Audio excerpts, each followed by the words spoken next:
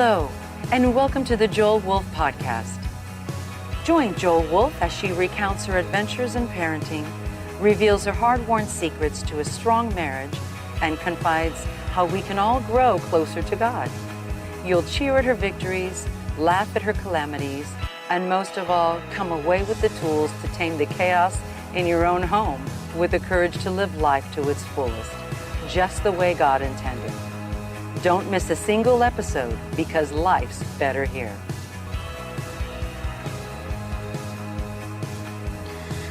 Okay, it's a warning. So, first warning bell. Mr. Wolfe has got 5 just real practical, easy habits for women. He's going to speak to women. Are you ready for that? And then I get to talk to you guys, okay? So, very quickly, go ahead. You ready? Got your piece of paper and pencil? Women? Glory. Maybe we should pray again. All right, number one. They're laughing over here. This side's laughing. They're laughing. Somebody typed it in wrong. Number 1, keep attractive and sexy. I had to put sexy on there because sometimes when we say to women, stay attractive or be attractive or keep attractive, then there's too much Victorian stuff going on. So too many long skirts and high necks. So it's not just attractive, but ladies, you also need to be sexy because guys are visual. That's the way that we are drawn to come home to your uranium every night. And so you got to stay not just attractive, but also sexual. I'll give you a weird statement, all right? You ready for this? The largest purchasers of Victoria's Secret type clothing should be married men. Married women. I mean married women. He's confused. It's in the notes right. It's in the notes right. No, not married men, married women. Now, I say that, listen. Because here, I think a lot of women, especially Christian women, stay away from the sexy realm. Trying to be good. And I think it's a big mistake. Okay? Right. So I think what happens is that, and I'm not saying that the sexy realm is for the streets or the shopping mall. It's for your home, it's for your getaways, it's for your man. We don't need all the married women in miniskirts and whatever else. Okay? But at the same time, we've got a problem where we've let Hollywood and where we've let the prostitutional mindset of the pornographic world and the movies, we've let them actually steal the sexy. So they have the monopoly on the sexy, and since the perverse or the unclean have the monopoly on the sexy, then all the Christians have decided that that's sin, so then they want nothing to do with sexy. But your man needs sexy. He doesn't just need attractive. Don't just wear a nice quilt. He needs sexy. Now think about this. The next time you think about sexy clothing in marriage, I'm not talking about the shopping mall, I'm not talking about mowing the lawn, I'm talking about in marriage. The next time you think about that, ladies, think about this. Eve was not in a thong, a cropped t-shirt, or a miniskirt, or a low-cut blouse. Eve was in nothing at all.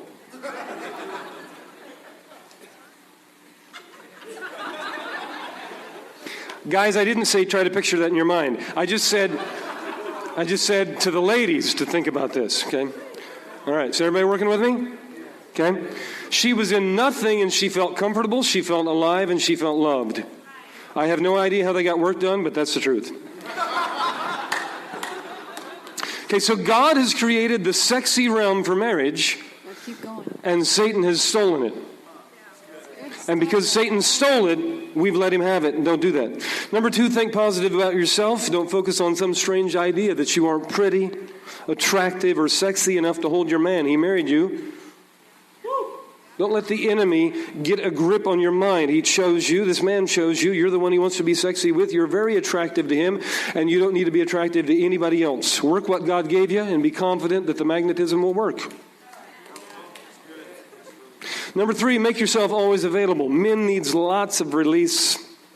Men need lots of release. Make yourself available. This is what I always say, increased supply diminishes demand. It's economics. When you start shorting supply because you're upset, you're not in the mood, you're not happy, because he's a sex freak, whatever. When you start shorting the supply, you increase his demand, and you open a door for Satan to work in his life. So increase the supply, and demand will diminish. And you'll think, where'd that tiger go? Tiger, are you in the house? And he's saying, well, I'm so happy. Of course I'm here. I'll show up tomorrow. So hush. Happy tigers don't show up all the time. Number 4, keep tuned into his happy machine. Number 4, keep tuned into his happy machine. Now, what do I mean by that? I mean that men have a barometer, and if they're not sexually active, then something's probably wrong. Okay? If he's not chasing you, asking, hinting, desiring, pursuing, he's either dead, okay? Or he's found some porn, or he's found a friend, or he's under extreme stress, or he feels extremely disrespected. So really, the happy factor in a man's sexual expression has a lot to do with you understanding what's going on in his world. So when he's chasing you, he's probably pretty happy.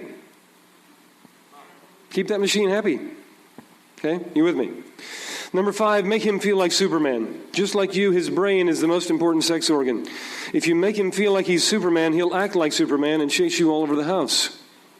If you make him feel like a worm, he'll need Viagra. No. Seriously, a lot of the sorry, but I think a lot of this kind of doctor visits, really, are just because the wife has been making the man feel like a worm. And so the man has feelings too. All right, love bug. Oh, man. You got 3 seconds. Okay. No, go ahead. Okay, guys, your turn. This is for men now. Okay, you got your piece of paper. I don't see a piece of paper and pencil, Colin. Ken isn't even taking notes. Ken is? But he's a newlywed, so he doesn't need to take notes. You did it first, sir. Okay, cool. All right. Okay, yeah, some people stuck around for this 2 times in a row. Okay, guys, first of all, what we need from you is we need purity and character from you. Because purity and character builds for us security. And one of the biggest deals for your woman is if she feels secure, she will be more open to you. But if she does not feel secure, I don't know about you, but I will take control of everything if I don't feel secure. Yeah, that's the truth. You know, I'm just like, So if I have a sense or a feeling or a concern or frustration or anything about, and you as a man, and I know this is putting heavy on you, it's hard. I know it's hard, and my heart goes out to you, and there's nothing better than a mighty... It's not hard. You can make it happen. Men can make this happen. It's not hard. Okay? No. It's not unattainable. It is not. You can be pure. But that really affects our ability. Number 2 there is women are relational, so talk to us. And I'm going to tell this very, very quickly. This is a very true thing. I love it. Tell us. There's a hormone called oxytocin in our bodies, both male and female. And oxytocin does a couple of major things. But one of the main things it does is that it bonds people together. Okay, so like oxytocin is really big in a woman's body when she's birthing. And when she births and sees that baby, she's flooded with oxytocin. And when she sees that baby, her brain is rewired to be completely bonded and committed to that baby for life. And that's why I'll lay down my life for my kids, but kind of for yours. But for mine, you know what I mean? Because it's that oxytocin, it's an actual chemical. Now, males have oxytocin too, but they have it releases during the act of sex. So during that, they're just like, baby, I'm for you, I'm so with you, I'm so bonded with you, right? Okay, females, actually, this hormone comes to play when you talk to us. And this is why I say, you touch my feelings... and you get connected with me, with my feelings. She's not talking to other men right now? No. You touch my feelings. Let's just go ahead and get this straight right now. She's not talking to you right now. You talk that's it. That's better. That's it better. That's better. When we start talking, and he starts hearing my feelings and hearing my heart and listening to me, my brain starts releasing oxytocin. And you know what I do? I start bonding with him. It's like, baby, come on, baby. You're the best thing that ever happened because you're listening to me. You're hearing me. You're touching my feelings. You're bonding. Do you understand? So guys, it's very good to start at the very beginning of the day. Be very understanding. Oh, I don't want to talk about I only have 5,000 words, and that's going to use up 4,200. Now just let us talk, and you listen. Okay? But want to hear us. Want to connect with our feelings, and it'll be a lot easier to connect with us physically. My string is sticking out. Women. Guys, women are easily distracted. Easily distracted. So if the dishes aren't done and the floor needs vacuumed, and you want me to what? The best thing you could do is pull out a vacuum.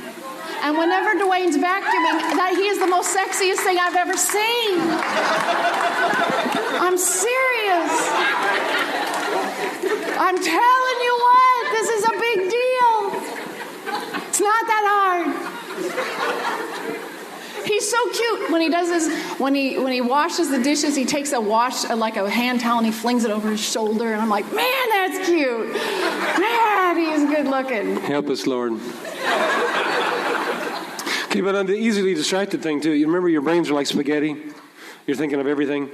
So if you're, guys, if you're trying to get something going, and she's got 50 things that are just like undone things, then she just can't focus, folks.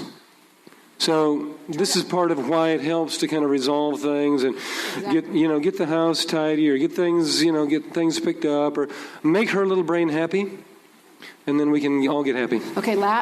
Fourthly, security. We need security. I already touched on that, but more than that, as far as your purity and your character, I need to know that I am the only woman on the planet. And you are, honey. See there? I didn't know other women existed. They don't. There are none. There are some? Well, maybe, but do you understand what I'm saying? I need to know that I am it. Now, I spend all day long with other women, and there's a lot of them that are skinnier than me, prettier than me, smarter than me, better than me. And believe me, I see every single one of them. And I start getting all this kind of thing. I start feeling really lousy about myself. But if I come home and he says, who? Nuh-uh, you're the only one. It will totally allow me to turn towards him. I got to know that. Now, I know I'm not really. There's a lot of cuter girls out there than me. Stop it. Huh? Stop it. Okay. So, security. And then number, whatever it is. Women are slow. Love us there. I'll just be very, very honest with you. When we very first got married, she said crockpots. Sex was not necessarily the most funnest thing in my book. And I have had a very loving husband who has taught me. And once, that whole thing about 15 years and older, it gets better. Yes, just keep loving us. Just keep bringing us there. Be tender, be gentle, and take us where you want to go. But don't do it in your way. You have to kind of come in on our way, just like we have to be aware of your terms. Amen. Laying down my life has given us life, Yep. So it's. So we did it. Y'all survived. We went long, but they're all still breathing. Thanks for joining us today for this episode of the Joel Wolfe Podcast. We hope you enjoyed the message. Don't forget to subscribe to receive more great content regularly, and visit us online at joelwolfe.me, as well as on Facebook at facebook.com/author Joel Wolfe.